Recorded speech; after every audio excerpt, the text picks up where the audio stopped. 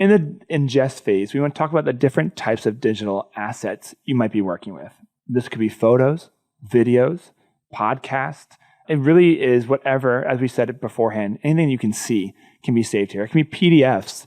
I would love for Greg to take a second just to tell us a little bit beyond the basic idea. Of course, we think that we know that photos can be saved here.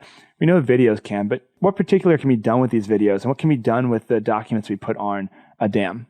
Yeah, a couple of things that separate basic DAMs from ultimate DAMs, I would say, would be how they handle video. So video, as you know, especially if, let's say it's a broadcast and you've got a speaker, a talking head, they cut to a new scene, as you can see here, then it goes back to the speaker. You really don't want just a whole bunch of screenshots of every 5 seconds. I'd rather just see the scene changes, especially with these video scenes, as you see here.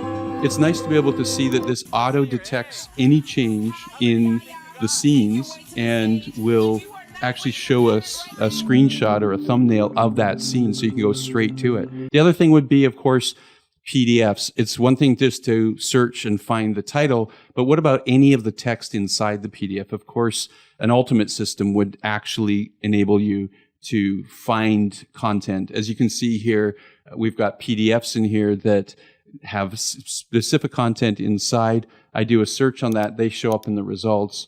I just saved hours sometimes of going, I can't remember what the title of the document was, but Absolutely. I know in it there's this phrase.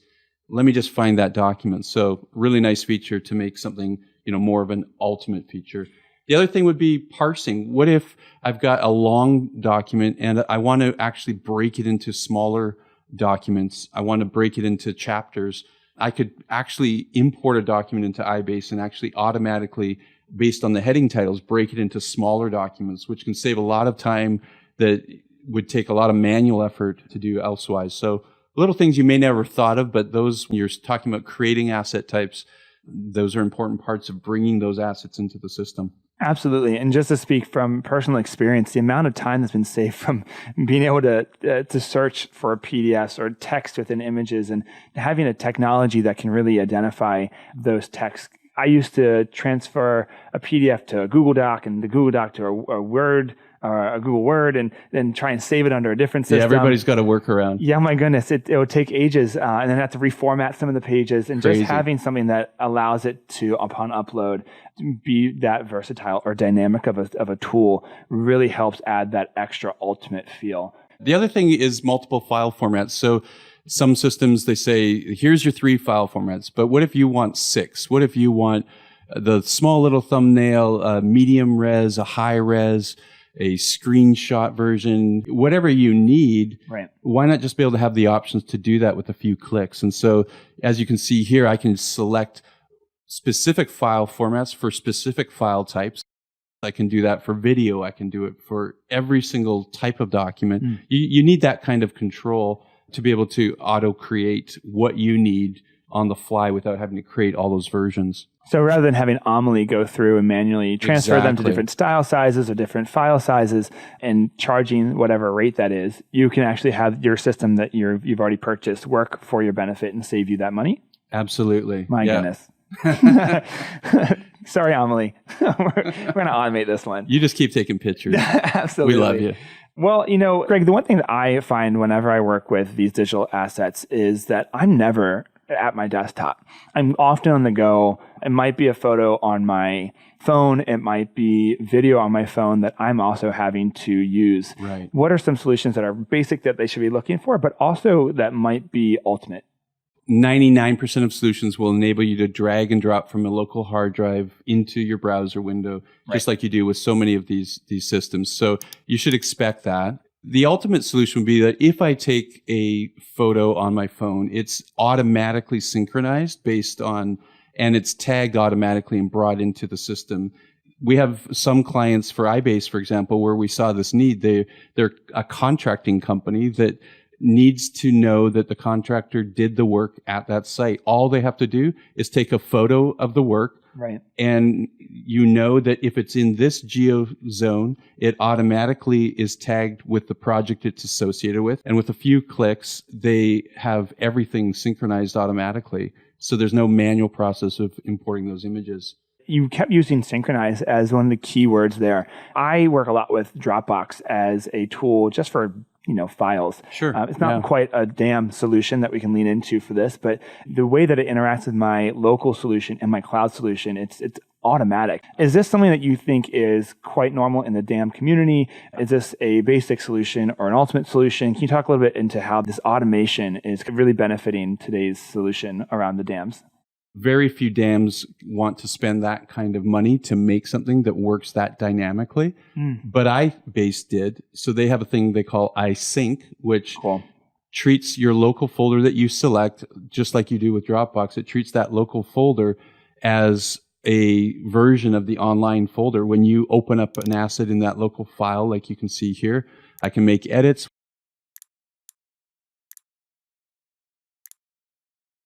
When I save it,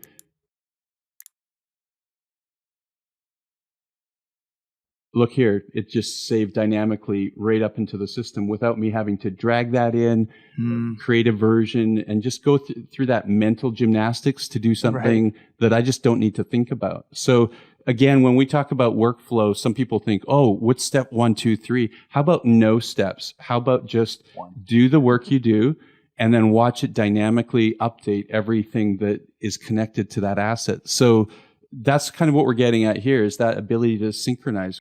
What if I'm in Lightroom and I make a collection and I say, I just want to publish this collection. I live in Lightroom. Most photographers out there do. It's how you can manage thousands of images, make edits to hundreds of images in one click. I do all my editing there. I pick my final 20, 30 images to show with the team. All I have to do is click publish here in Lightroom.